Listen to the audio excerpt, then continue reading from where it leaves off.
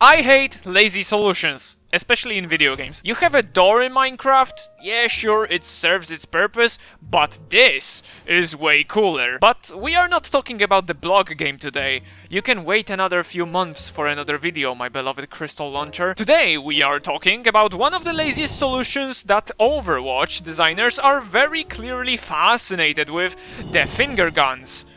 I mean, handguns. Wait.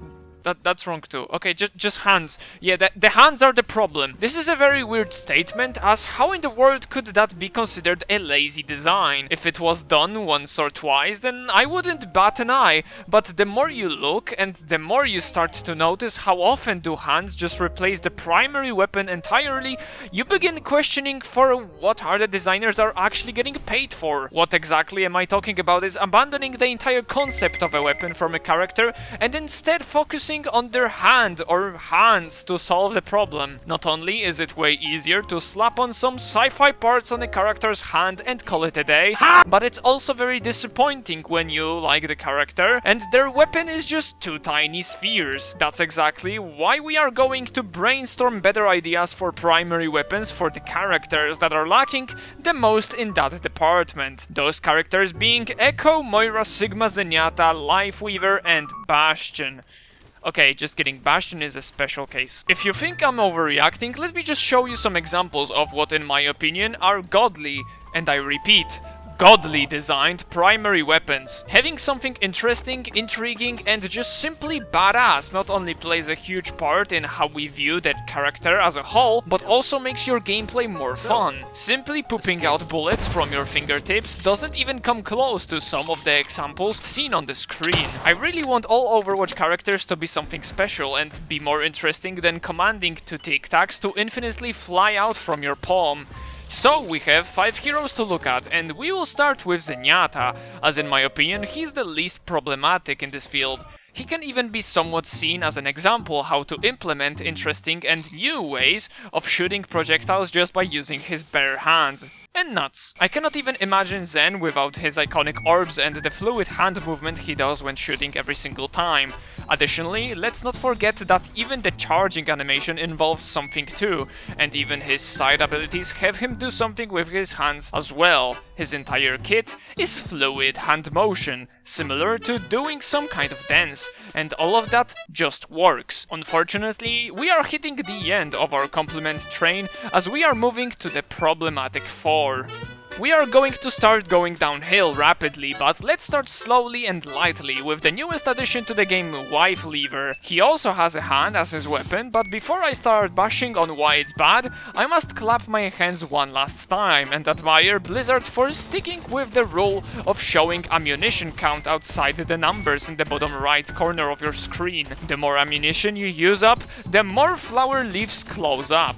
You can clearly see it, and when you get used to it, you no longer need to look at the bottom right corner, and that is why it's easier to focus on what's happening right in front of you. Okay, back to the regular program. Where was I? Boring! This is the first time we will see the idiotic solution of the magical hand shooting stuff. LifeWinner is designed with the high-tech light bending in mind, so why did we not get a futuristic Uzi of some sort and leave the poopy healing flower to the other hand? Not only the first-person view of this character would instantly become more dynamic and interesting, but also it would put more emphasis on this technology he beholds. The weapon also had an opportunity to have some sort of organic look with the eco-friendly theme of this guy, but it was wasted to have a boring gauntlet instead.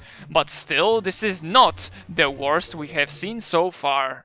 Next, we are going to discuss one of 2 scientists on our list, and I really don't understand why these smart minds don't want to put older technology in a throwable weapon that in case it will get broken they can just throw it away and run, but instead they cover themselves in wires and weird stuff to make them a living weapon. Don't get me wrong, the design is interesting and all, but then you switch to the first person point of view and it's just...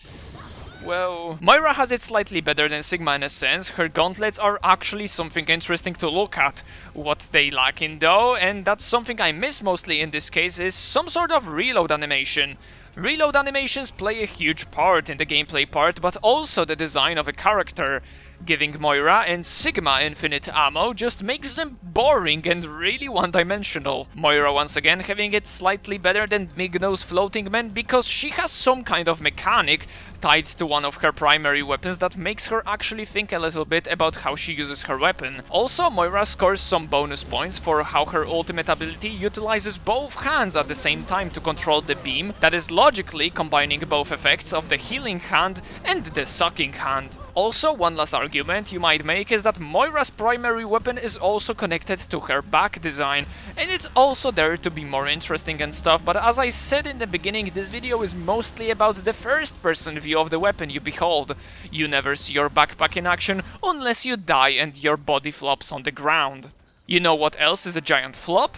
Sigma balls. All the heroes I mentioned before had something going for them, but this guy is just a laughingstock of a weapon. Zenyatta also shoots balls, similar to our barefoot scientist, but he does it in a fluid or even playful way, whereas Sigma is just like letting go of the balls, simply straightening his hand and being like, okay balls, you can go now. This is the definition of boredom. Whenever I see someone mention they main Sigma, I always admire not their skill, not their game sense and knowledge on how to shield like a god, not even the amazing utility they provide with rocks and perfect ultimates, but instead, how are they still not bored of the most repetitive and linear way of shooting your primary fire? Also, speaking of the ultimate, let's be fair and also see what kind of awesome behavior Sigma does compared to Moira when ulting.